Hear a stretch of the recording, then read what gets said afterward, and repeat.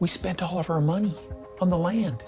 We can't stay here. We have to sell the homes or we can't pay our bills in a couple of months. We've literally tripled our housing expenses.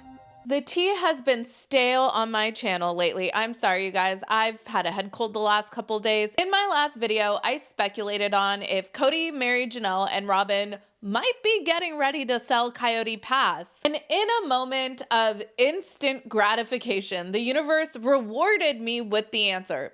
Yeah. Y'all, the Browns have sold Coyote Pass. I will attribute this to Katy Perry flying into space for 10 whole minutes. Obviously, she sent the good juju down for us, but it is the end of an era, or error, depending on how you look at it. The Browns no longer own any part of the sprawling lands that are Coyote Pass.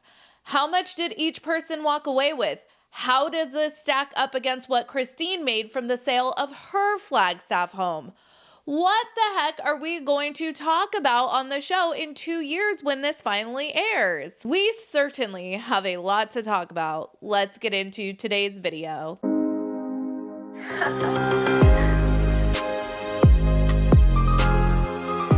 Hey everyone, what's up? It's Sarah and welcome back to my channel. I am great with this being a forever move.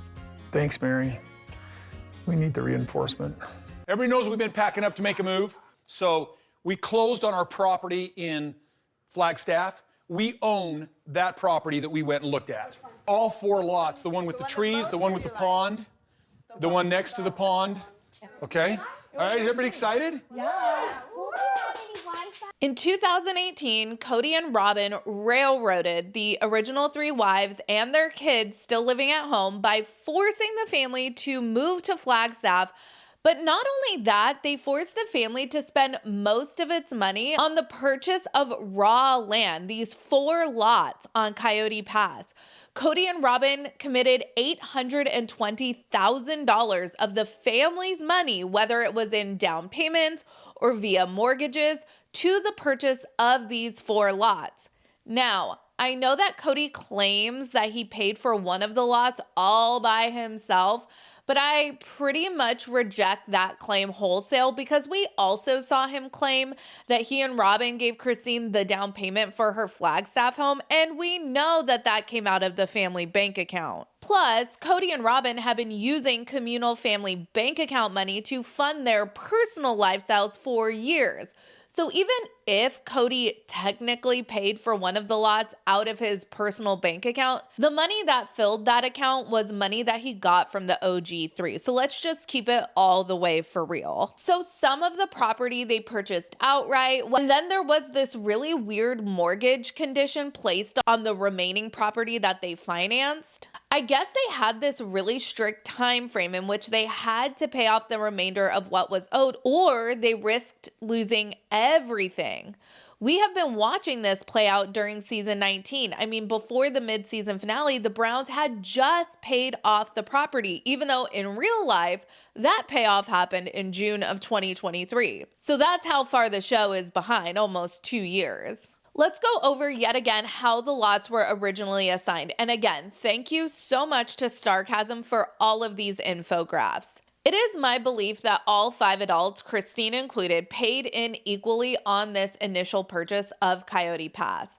When Christine left Cody in 2021, she signed over her right to the property in order to be able to do whatever she wanted to with her Flagstaff home. So Christine did not play a part in the ultimate payoff of the property in 2023, but I believe that of the remaining 4 adults, that was an equal 4-way payoff that we witnessed. I fully believe that the check we see Mary walk into the McMansion in season 19 was for 1/4 of whatever was still owed on the property. So with that in mind, that makes this division of the property, or this proposed division of the property, absolutely infuriating. The way the property was divided, Mary, who equally paid into the property, was set to only be entitled to 15.5%, a mere 2.24 acres, out of the 14.4 acres that they communally purchased. The reasoning was that Mary only had 1 child and Cody has 18 kids. What's funny is if you divided the property by who actually has relationships with the children, Cody and Robin would have the smallest amount of property.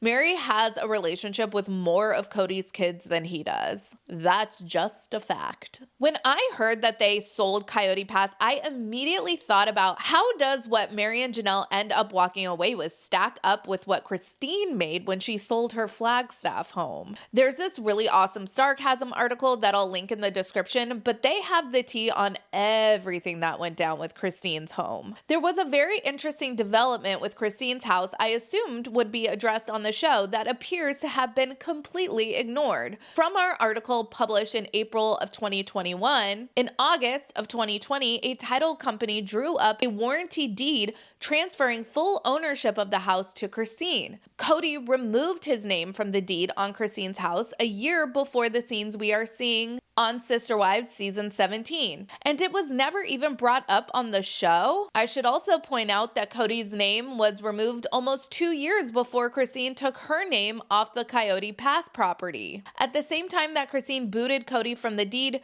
she took out a new mortgage on the property. She officially took out a new mortgage for $394,000 on October 31st, 2020. The first mortgage for $390,000 taken out by Christine and Cody in 2018 was fully paid off on November 18th, 2020. As a result of everything described above, Cody had absolutely no legal claim to Christine's house if she decided to sell it. And Sarcasm goes on to wonder, I'm not really sure why that wasn't addressed on the show. And I just want to interject here. I think it was addressed on the show at one point, or maybe it was a separate interview that Christine did, but I'm pretty sure that at one point she had made it clear that owning this house in Flagstaff was a really big deal to her. She was excited to own property with Cody. That meant a lot to her, and she felt like it legitimized her marriage. It was actually Cody that needed to get off of being legally tied to her house in order to make other financial moves. I think it was either with his businesses or with the McMansion. Cody forced her to refinance to get him off of her house. And one could say this was probably a knife in the kidney for Christine. Sarcasm goes on to say when discussing the sale of Christine's house, quote, this time the buyer worked out and the property officially sold on October 8th for $700,000. That is $180,000 more than Christine and Cody initially paid for the property in late 2018. If you add $180,000 to the approximately $126,000 that Christine had in equity when she refinanced in late 2020, that equals $306,000 in cash headed Christine's way. Of course, it's important to remember that a sizable chunk of that will go to the realtors, fees, and taxes. But even after that, Christine was able to walk away with a large bit of change. Sarcasm has my endless gratitude for doing all of that math. Ever since Christine left Cody, I have been saying that she got out the cleanest. I mean, now she is involved in a custody and child support lawsuit, but as far as marital assets, it was a pretty clean break for Christine, and she didn't get royally screwed over. I mean, we knew nothing was ever going to come from Coyote Pass, so for Christine to hand over her claim, which wasn't equitable, mind you, it did seem like a pretty good deal for her. And over the last several years, as the family dynamics have further deteriorated, it really looked like Christine was born under a lucky star when it came to divorcing Cody.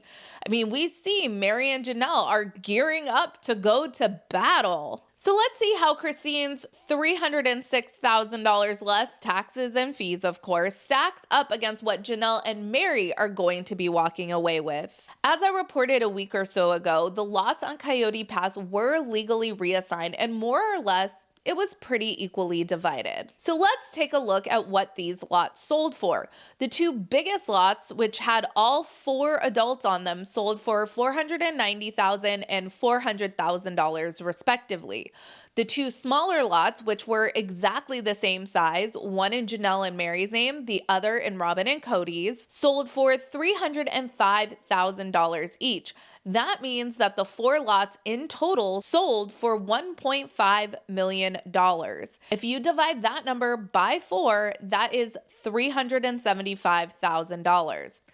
Another way you can look at it is Cody and Robin just caught a windfall of $750K. That's a lot of dollies and David Yurman. So Janelle and Mary are each getting $375K and Christine got $306K. And of course, this isn't taking into account taxes and fees and all that jazz.